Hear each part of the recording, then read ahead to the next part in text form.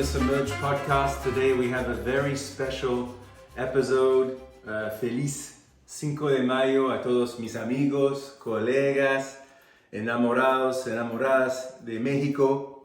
El 5 de Mayo estamos celebrando la batalla de Puebla, and that was a battle that was won by the Mexicans in 1862.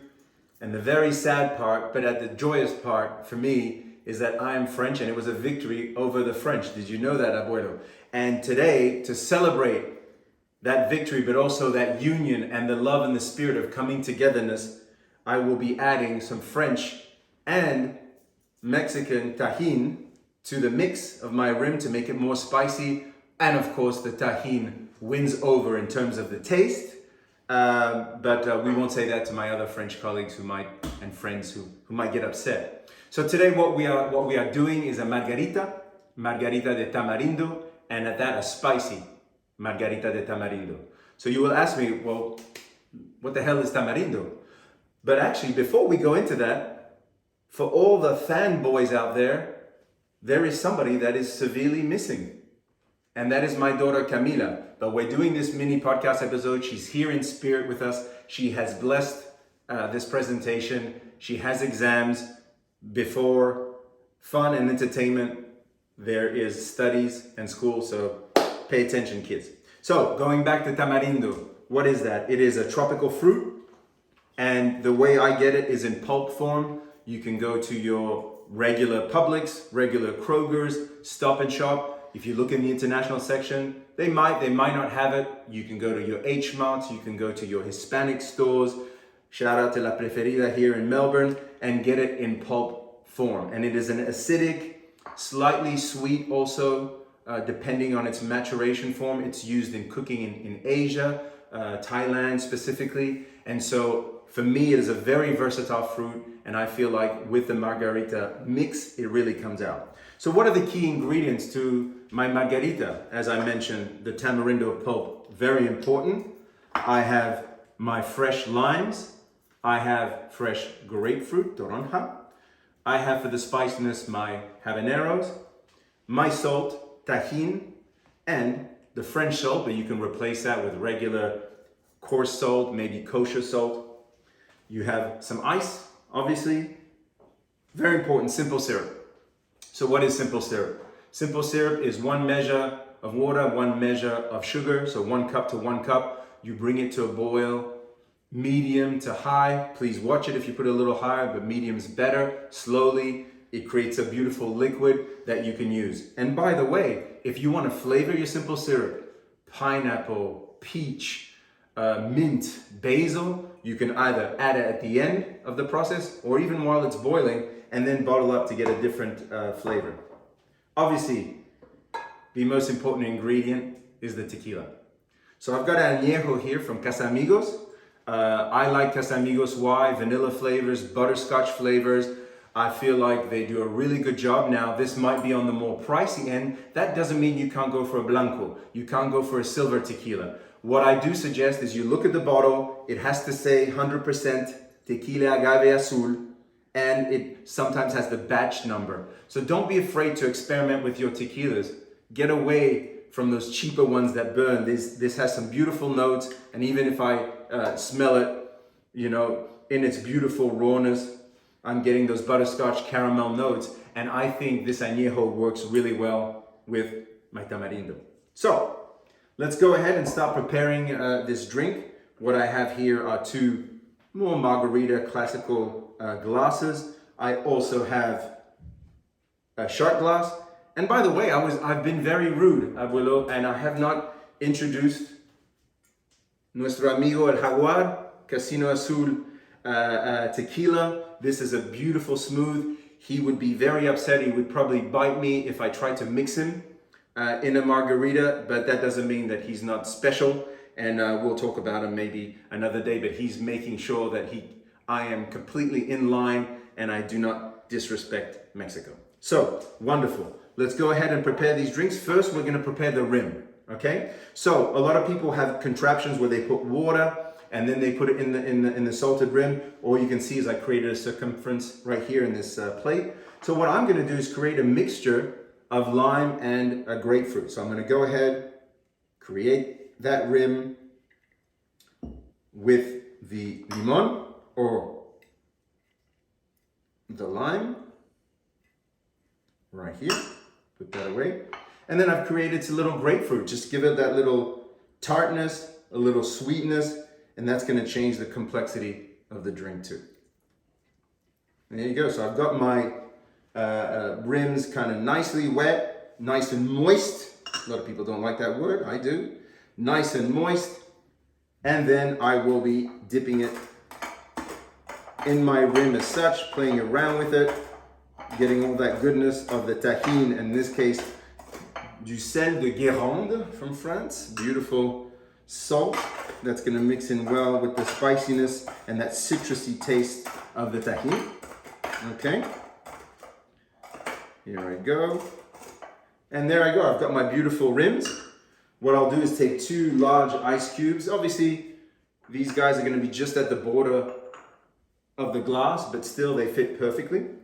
And now I'm going to start mixing it, because once we get into the mix and we've got our ingredients already done, this is going to be very fast to the tasting. So here we go. Let's have some fun.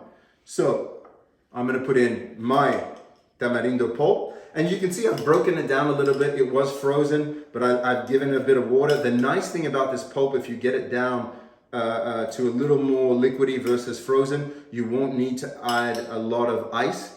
And that's what I like. A lot of people, want to taste that viscosity of the tamarindo and want to get a feel for it. So I put it pretty much all in. That's half of the pack. And then again, it comes already pre-frozen in your favorite Hispanic grocer section or international food section in the supermarket. So here I go with the lime. So I've got here, I'm going to put about, let's say 2 limes, maybe 2.5, depending. Remember, once you've shaken it up, you can always change the flavor profile. So don't be afraid to play around with more citrusy taste, more sweet. Everybody likes their margarita a different way. So there you go. I am continuing with the limes. And of course, making a mess, much to the chagrin of my wife. And here is number 2. Sorry, the finishing off the second lime on number 4. Okay, we got that beautiful citrus. And then I'm going to add about half of the grapefruit. So this, maybe you don't see everywhere. This is my recipe, but I think the grapefruit just gives it that nice little touch. Now, let's talk about the heat really quickly. I've got some habaneros here. These can be very hot, especially the seeds, and watch out not to cut yourself.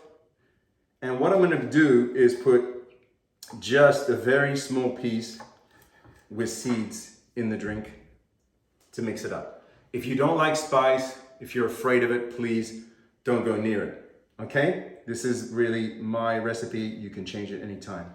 So, also, removing the seeds for decoration standpoint, right here, I'm going to cut 2 slices, and they're going to go right on top of the ice if it fits. If not, it slows down, but it's okay. It's right in the grass and giving it some nice color for the visual effect. Okay, let's continue the tequila. So, some people put 1.5 shots, 2.5 shots, 3 shots. So I'm trying to make 2 drinks here for Abuelo and I. So, maybe 2, maybe a little more. Okay. And then our friend, the simple syrup. Okay, so here's that simple syrup. Water and sugar, as I said, boiled down. And then that depends on your, on the sweet factor. So I'm going to put in 2. And I think that should be enough, but I'll be tasting that after I shake it up. And maybe I put in just maybe 4 or 5 little ice cubes. So that's it.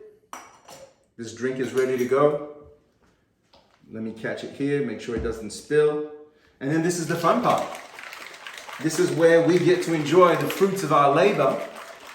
And for any drink or any food item, the more passion you put into the ingredients, the better produce you buy, the fresher will garner a better result in the drink. So I've shaken it up, it's come out. I'm just gonna do a quick taste test. And it's gonna tell me, do I need more spice? Do I need more lime? So in this case, I'm just gonna add a little more, sorry, as it opens up, I'm gonna add a little more lime. Sometimes it gets a little hard.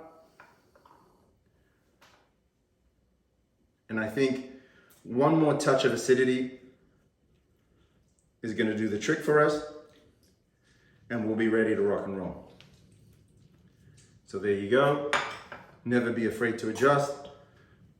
It doesn't have to be perfect the first time. Shake that up again. And then the pour. And look at that beautiful Tamarindo fruit. Look at that beautiful color. We got that habanero just floating there like a little island without the seeds. It's not for everybody. And that made exactly perfect 2 glasses. Maybe a little more for Abuelo if he's a good boy once we're done tasting. So I'm gonna pass this to my producer on the other side so he can try it out. And we say salud, feliz Cinco de Mayo to everybody. Tamarindo, Margarita, spicy. I will put the ingredients in the comments, but thank you for listening to Submerged Podcast. Cheers, Abuelo. Here's to Cinco de Mayo, and here's to all our Mexican friends.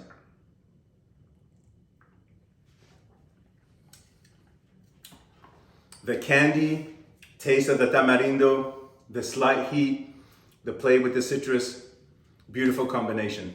Ciao, everybody. Thank you for listening. We love you. And next time, Camila will be back, I promise, for all the fanboys. Cheers.